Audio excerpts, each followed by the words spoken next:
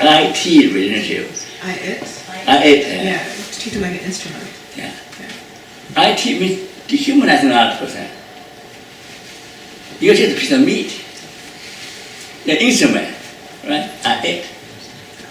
That's IT. IT. Okay, I'm sorry about that. It means IT, okay? You treat people as the it. Dehumanize. You feel people using you at work, at home. You feel people are using you, they don't respect you as a human being. Now, if you feel displaced and dehumanized, you can't feel good about yourself. How can you feel good about yourself if nobody cares about how you feel? And nobody cares how you feel. They just try to use you. You have no use for me, then I'm no good for you. Bye-bye. This is how we treat other people, right? Do you have no use for me? Bye-bye. Right? So how we treat people as it. That's a problem. So now what we need now is to restore a sense of personhood. Restore a sense of community. This is what we're doing now, right? A sense of personhood and community. Here, the personhood, okay? Other person not a mental health problem.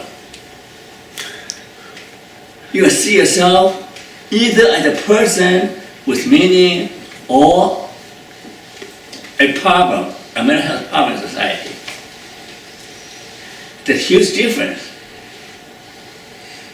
You see yourself as a problem, or you see yourself as a person.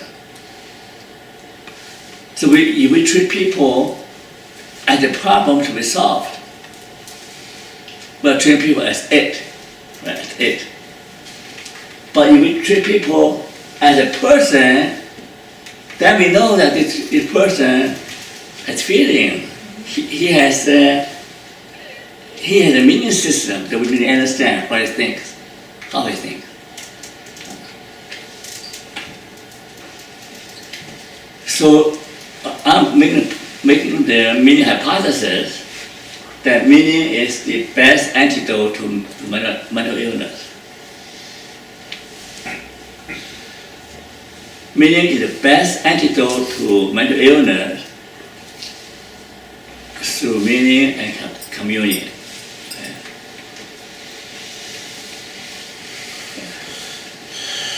You can make the world, remember, we say, well, there's something wrong with our society.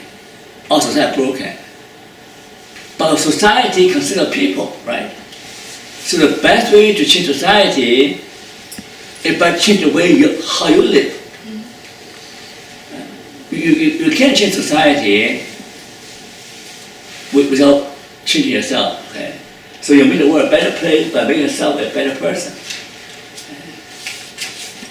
So making life better, it begins with you.